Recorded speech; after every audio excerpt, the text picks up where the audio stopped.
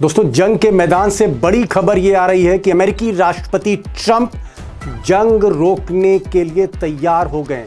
Trump के सलाहकारों ने सुझाव दिया है कि अगर ईरान के साथ जंग जल्द नहीं रुकी तो नवंबर में अमेरिका में होने वाले मिड टर्म चुनाव ट्रंप हार सकते हैं, ट्रंप की पार्टी हार सकती है।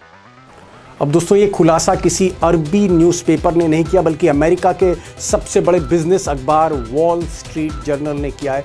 और वॉल स्ट्रीट जर्नल ने व्हाइट हाउस सोर्सेस को कोट करते हुए जो हेडलाइन है वॉल स्ट्रीट जर्नल की, वो ये है कि Trump advisers urge him to find Iran exit, यानी ये जो ईरान के साथ जंग हो रही है इसमें जल्दी मिस्टर ट्रंप एग्जिट ढूंढें, बाहर निकलने का रास्ता ढूंढें, वरना आगे का रास्ता ट्रंप और ट्रंप की पार्टी के लिए बहुत नुकसानदेह है।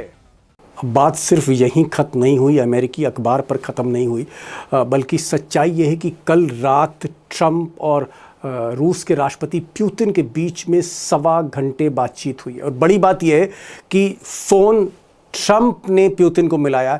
बातचीत की पहल ट्रंप की तरफ से की गई और रशियन मीडिया से जो खबरें आ रही उसमें कहा जा रहा है कि पुतिन और ट्रंप के बीच में जो लंबी बातचीत हुई है ये ईरान के युद्ध को लेकर हुई, डिटेल बातचीत हुई है। जाहिर तौर पर अब ट्रंप चाहते हैं कि किसी तरह से पुतिन के ज़रिए वो ईरान तक पहुँचें, और ईरान तक पहुँचने का मतलब ये है कि ट्रंप सीज़ फायर चाहते हैं, ट्रंप युद्ध विराम चाहते हैं। अब दोस्तों, मुझे ऐसा लगता है कि ट्रंप जो इस पूरे युद्ध को 4 दिन के भीतर ख़त्म करने जा रहे थे, निज़ाम बदलने जा रहे थे, तख्ता पलट करने जा रहे थे। तख्ता पलट तो दूर, अब ईरान में नए सुप्रीम लीडर आ गए हैं और ट्रंप साहब तेल और गैस के जो दाम है, शेयर बाज़ार टूट रहा है। अमेरिका के भीतर विपक्षी पार्टी उनके छाती पर चढ़ी हुई हैं। कहीं ना कहीं उल्टा प्रेशर अब ट्रंप पर आ रहा है और इसीलिए वो एग्जिट रूट ढूंढ रहे हैं कि किस तरह से इस जंग से बाहर निकले। आप कह सकते हैं कि ट्रंप बैकफुट पर हैं इस वक्त। और दूसरी तरफ अगर आप ईरान को देखें तो पिछले 48 घंटे में ईरान इस युद्ध में हावी होता जा रहा है। इसका सबसे बड़ा कारण ये हो सकता है कि जो नए सुप्रीम लीडर आए हैं, इमाम खामनाई के बेटे मुस्तबा खामनाई, जब से वो सुप्रीम लीडर बने हैं, ईरान की इस्लामिक फ़ौज, वहाँ का जो यंग ब्लड है, यंग ऑफिसर्स हैं, वो हावी हो गए। और इसका जो सबसे बड़ा संकेत ये है कि पिछले 48 घंटों में जिस तरह से ईरान की मिसाइलों ने कहर बरपा दिया है इजराइल में, तेल अवीव में, उसकी वजह यही है कि अब आक्रामक होता चला जा रहा है ईरान। शायद इसके पीछे असर मुस्तबा खामनाई का हो सकता है, यंग ब्लड का हो सकता है। अब दोस्तों, जो बड़ा सवाल है वो ये है कि ट्रंप अपनी तरफ से इशारा कर रहे हैं, ट्रंप अपनी तरफ से पैगाम भिजवा रहे हैं, संकेत दे रहे हैं कि इस युद्ध को रोक दिया जाए, सीज़ फायर होना चाहिए ईरान के साथ। लेकिन क्या ईरान सीज़ फायर करने के लिए तैयार है? इस वक्त ईरान जितना आक्रामक है, जितना अग्रेसिव है जंग में, क्या वो युद्ध विराम के लिए तैयार है? और अगर तैयार है तो वो कंडीशंस क्या हैं, शर्तें क्या हैं? ईरान की वो शर्तें क्या हैं कि जिसको मानने पर ही अमेरिका के साथ वो युद्ध विराम कर सकता है? अब ये सवाल मैंने आज ज़मीर अब्बास साहब से पूछा। प्रोफेसर ज़मीर अब्बास कई बरसों से ईरान में रह रहे हैं, कुम शहर में रह रहे हैं, यूनिवर्सिटी में प्रोफेसर हैं, और बड़ी बात यह है कि मिडिल ईस्ट की पर नज़र रखते हैं और ये जो निज़ाम है, इस्लामिक सरकार जो है ईरान की, उसके बहुत करीब हैं। आप कह सकते हैं कि उसकी पल्स को समझते हैं। सुनिए आप प्रोफेसर ज़मीर अब्बास को, जिनसे मैंने पूछा कि क्या ईरान को ट्रंप की शर्तें मंजूर हैं।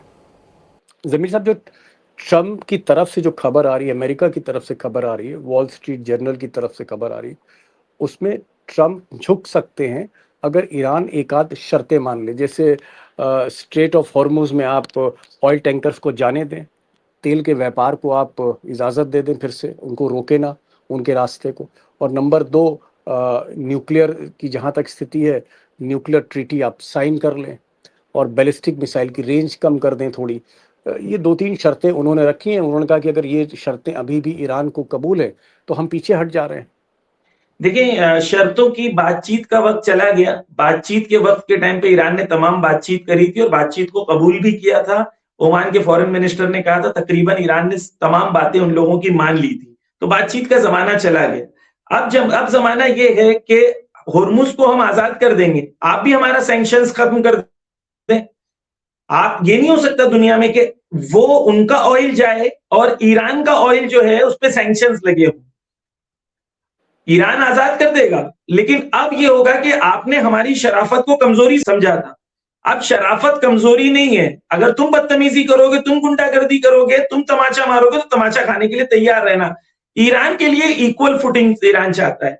हाँ, होर्मुज आजाद हो जाएगा, पहले भी आजाद था, लेकिन जब आजाद था तो अपने वर्स्ट सैंक्शंस एक कंट्री के ऊपर जो लगाया जाता है पिछले 40 साल में ईरान के ऊपर लगाया गया था। किस लिए लगाया गया था? एक। दो, न्यूक्लियर ट्रीटी को ईरान ने ऑलरेडी साइन कर चुका है। तीन, न्यूक्लियर बॉम्ब्स ईरान नहीं बनाना चाहता, ईरान ने क्लियरली मेंशन किया है। चार, बैलिस्टिक मिसाइल्स। देखिए, गौर करें, वीडियो मैं आपके साथ शेयर करूंगा। आयतुल्लाह खामेनेई के साथ मिलिट्री जनरल्स बैठे हुए हैं और उन्होंने कहा कि हम चाहते हैं कि हमारी मिलिट्री की मिसाइल्स की जो रेंज है वो 2000 किलोमीटर से हम बढ़ा दें, इंटरकॉन्टिनेंटल बनाएं। तो आयतुल्लाह खामेनेई जो शहीद हो गए, हमारे आयतुल्लाह खामेनेई, उन्होंने कहा था नहीं, हम नहीं चाहते हैं कि आप मिलिट्री की मिसाइल्स की रेंज को बढ़ाएं।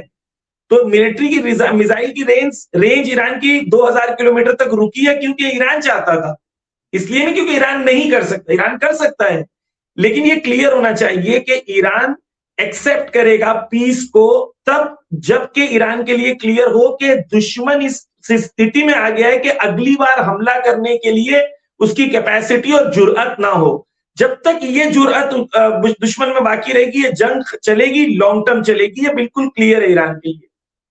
ट्रम्प का कहना है कि अगर ये शर्त नहीं मानते हैं तो फिर हम अगले 10-15 दिन में कहर बरपा देंगे और मजबूर कर देंगे ईरान को हमारी शर्तों को मानने के लिए। ट्रम्प की बात पे हंसे रोए क्या करें समझ में नहीं आता। इतना बेवकूफ इंसान जो है, पहले दिन कह रहा था कि 24 घंटे लगेंगे, 48 घंटे लगेंगे, 72 घंटे लगेंगे, 1 हफ्ता लगेगा, 4 हफ्ता लगेगा। वो क्या बोलता है उसको खुद ही नहीं पता होता है कि मुझे क्या बोलना है, उसे बस कुछ बोलना है। दूसरी चीज ये है कि ईरान की आवाम तैयार है। ईरान की आवाम के लिए क्लियर है कि ये बार अस्तित्व की जंग है। अगर ये बार उसको इजाजत दे दिए और सीज फायर कर लिया तो अगली बार फिर हमला करेगा और उनके लिए फ्री वे हो जाएगा ईरान। तो ईरान उस पोजीशन पर उनको लेके आएगा, उनकी वो भागना भी चाहेंगे तो उनके गिरेबान को गिरफ्त करके जमीन पे रगड़ेगा ईरान, ताकि उनको एहसास हो कि अगली बार वो जुर्अत ना कर सके ईरान को आंख दिखाने की। ये क्लियर है कि रेड लाइन, ईरान की सबसे बड़ी रेड लाइन क्या थी? Ayatollah Khamenei. आपने उनको शहीद कर दिया, अब क्या बचा है? अब कौन सी रेड लाइन बची है? आपके लिए रेड लाइन नहीं बची है तो हमारे लिए भी कोई रेड लाइन नहीं बची है। ठीक है, जमीर साहब कह रहे हैं कि जो अंतिम लाल पंक्ति है, लाल डोरा है, आपने उसको भी क्रॉस कर लिया, अब कुछ बचा नहीं है। अली खामनेई की मौत के बाद अब ईरान बात करना चाहता ही नहीं, क्योंकि कोई गुंजाइश नहीं बची। एक बड़ा सवाल मैं करना चाह रहा हूँ जमीर साहब, बड़ा सवाल ये है जी कि पिछले 2 दिन से ईरान की जो इस्लामिक सेना है, जो मिसाइल प्रोग्राम है, बहुत तेज़ी से बौछार आप मिसाइल की कर रहे हैं इसराइल पे और गल्फ कंट्रीज पे। ये तेज़ी अचानक कैसे आ गई? क्या ये मुश्तबा खामनाई की दस्तक है ये? नहीं, देखिए, ईरान का स्ट्रेटेजी प्लान है कि जब भी मिलिट्री वॉर होता है तो लैडर बाय लैडर उसको ऊपर लेके जाते हैं। यानी पहले एक लेवल होता है, दूसरा लेवल। ईरान ने पहले लेवल में जो काम किया है कि जो रेडार्स थे, जो इनके यूएई में रेडार थे, कतर में थे, जो एंटी मिसाइल इंटरसेप्टर्स थे, ईरान ने पहले उन्हें मार दिया। यानी उनकी आंख और कान को ईरान ने तबाह कर दिया। अब उनके पास ना इंटरसेप्टर्स वैसे मौजूद रहे और ना ही उनके पास एंटी मिसाइल जो उनका थर्ड और एरो 1 और ये सब चीजें हैं, इनके अंदर इनफ रिफ्यूलिंग नहीं है, इनके पास इनफ एंटी मिसाइल्स अवेलेबल नहीं है। अब ईरान के लिए क्लियर है कि दुश्मन इस वक्त आट्रिशन वॉर के अंदर जिसके अंदर कंटिन्यूएशन करने की कैपेसिटी उनके अंदर कमजोर है, ईरान के अंदर ज्यादा है। अब ईरान आहिस्ते आहिस्ते अपनी हैवी मिसाइल्स को मार रहा है। जनरल मूसवी ने कहा है कि अब 1 टन से नीचे वाली मिसाइल हम नहीं मारेंगे, यानी अब हमारी मिसाइल्स का लेवल आहिस्ते आहिस्ते ऊपर जाता रहेगा। ये क्लियर है क्योंकि उनके अंदर रोकने की शक्ति कम हो गई है। अब ईरान की तरफ से हमला और तेज होगा।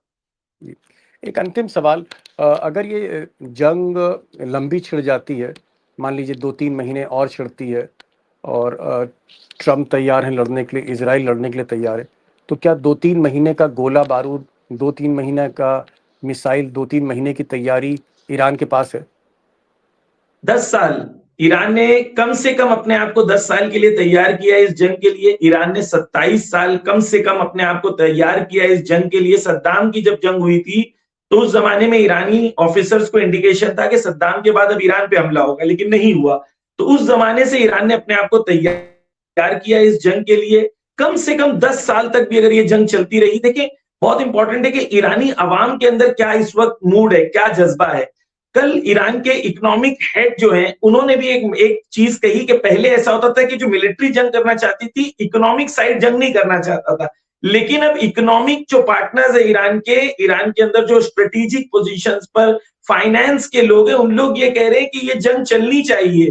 क्यों? क्योंकि ये जंग के बाद ही हमारी इकोनॉमिक स्थिति जो है वो बेहतर होगी। तो ईरान के लिए क्लियर है कि ये जंग के बाद दुनिया बदलेगी और ये वो दुनिया नहीं रहेगी जो जंग से पहले थी। और ईरान उस पोजीशन पर आएगा कि ईरान की इकोनॉमी, ईरान की मिलिट्री और ईरान की स्ट्रेटेजिक पोजीशन पूरी दुनिया में चेंज हो जाएगी और दुनिया को एक्सेप्ट करना पड़ेगा ईरान एज अ पावर, और उसको उस हिसाब से ईरान को रिस्पेक्ट देना पड़ेगा। जमीर साहब, चलते चलते एक आखिरी सवाल है। अमेरिका का दावा है कि हमने बहुत ही इंफ्रास्ट्रक्चर को तोड़ दिया, ईरान के संसाधनों को ख़त्म कर दिया है, उसके ढांचे को तोड़ दिया है, एडमिनिस्ट्रेटिव ढांचे को। क्या आज की तारीख में जंग के 11वें-12वें दिन क्या ईरान में अस्पताल चल रहे हैं? क्या पानी और बिजली जो है मिल रही है ईरान के नागरिकों को? क्या लॉ एंड ऑर्डर की सिचुएशन ठीक है? क्या खाने पीने का सामान, कंज्यूमर गुड्स अवेलेबल है मार्केट में? जी, देखिए ईरान के अंदर बहुत क्लियर है कि पहले दिन ही जब जंग शुरू हुई तो गवर्नमेंट की तरफ से ऐलान हुआ कि कोई स्टॉकिंग ना करे, यानी सामान को ज्यादा ना खरीदे। जितनी जरूरत का सामान है आप खरीदे, बाजार में जाएं, और हमने अगले 5 साल के लिए आपकी जितनी जरूरत की चीजें वो हमारे पास स्टॉक है। आप बिल्कुल परेशान ना हो, आपको कोई चीज की जनता को कमी नहीं होगी, ये गवर्नमेंट की जिम्मेदारी है। और इसका रिजल्ट ये हुआ कि आप, मैं शॉप्स में जाएंगे, मैं आपको वीडियोस आपके साथ शेयर करूंगा, आप शॉप में जाएंगे तो बिल्कुल भी कर दी, बिल्कुल भी रश नहीं है। आप पेट्रोल पंप पे जाएंगे, मैंने इंस्टाग्राम पे अपने वीडियो शेयर किया, आप पेट्रोल पंप पे जाएंगे तो पेट्रोल पंप पे 1 या 2 गाड़ियां खड़ी है। CNN का एक रिपोर्टर ईरान में ट्रैवल कर रहा है, वो कह रहा है मुझे ताज्जुब है कि तमाम दुकानें खुली हैं, तमाम सामान अवेलेबल है, ऐसा लग ही नहीं रहा है कि जंग हो रही है। हॉस्पिटल्स पर उन्होंने हमला किया है, पानी, बिजली, लाइट, इलेक्ट्रिसिटी सब चल रही है।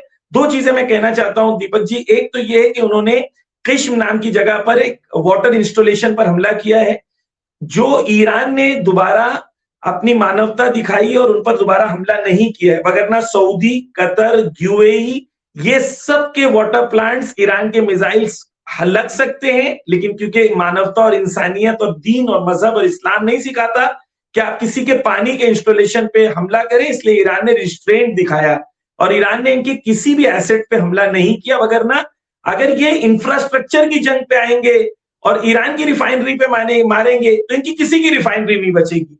ईरान के वाटर प्लांट्स पे मारेंगे तो इनके किसी के वाटर प्लांट्स नहीं बचेंगे। तो ईरान के लिए क्लियर है कि जिस लेवल पर आप लड़ोगे उस लेवल पर हम जवाब देंगे। लेवल आप डिसाइड करो, जवाब हमारा क्लियर है। ज़मीर अब्बास कह रहे हैं ईरान से कि जो लेवल है वो आप डिसाइड करें, ट्रंप डिसाइड करें और नेतन्याहू डिसाइड करें, हम उसी लेवल पे लड़ेंगे, पलटवार करेंगे। इन्होंने कहा कि पानी और बिजली इसकी सप्लाई नियमित रूप से आ रही है, दवाइयाँ अस्पताल में मिल रही हैं, अस्पताल खुले हुए हैं। जहाँ तक कंज्यूमर गुड्स की बात है तो कंज्यूमर गुड्स, खाने पीने का सारा सामान अवेलेबल है। इस तरह की कोई किसी तरह की कमी नहीं है, बल्कि 5 साल की तैयारी है। और एक और बड़ी बात कही कि ट्रंप अगर एग्जिट करना चाहते हैं, ट्रंप अगर सीज फायर की पेशकश करते हैं तो पहले सैंक्शंस हटाने की बात करें। सैंक्शंस अगर हटाते हैं तो बातचीत हो सकती है, ये ज़मीर साहब का कहना है। और दूसरा कि मुस्तबा खामनाई के आने के बाद इस्लामिक आर्मी ने अपनी जो आप कह सकते हैं मिसाइल के हमलों की तेज़ी बढ़ा दी है। और एक नई बात कही कि अब जो मिसाइल फायर हो रही हैं इजराइल में या दुश्मन के ठिकानों पर, वो 1 टन से ज़्यादा उसमें बारूद है, ये वो बता रहे हैं। ज़मीर साहब, आपने समय निकाला, बहुत मसरूफ़ हैं आज, मैं समझ रहा हूँ। एक एक पल आपका बहुत कीमती है, हर चैनल आपको चाहता है, और लेकिन उसके बावजूद आप आए, इसके लिए बहुत बहुत शुक्रिया। Thank you so much mister Zameer Abbas साहब।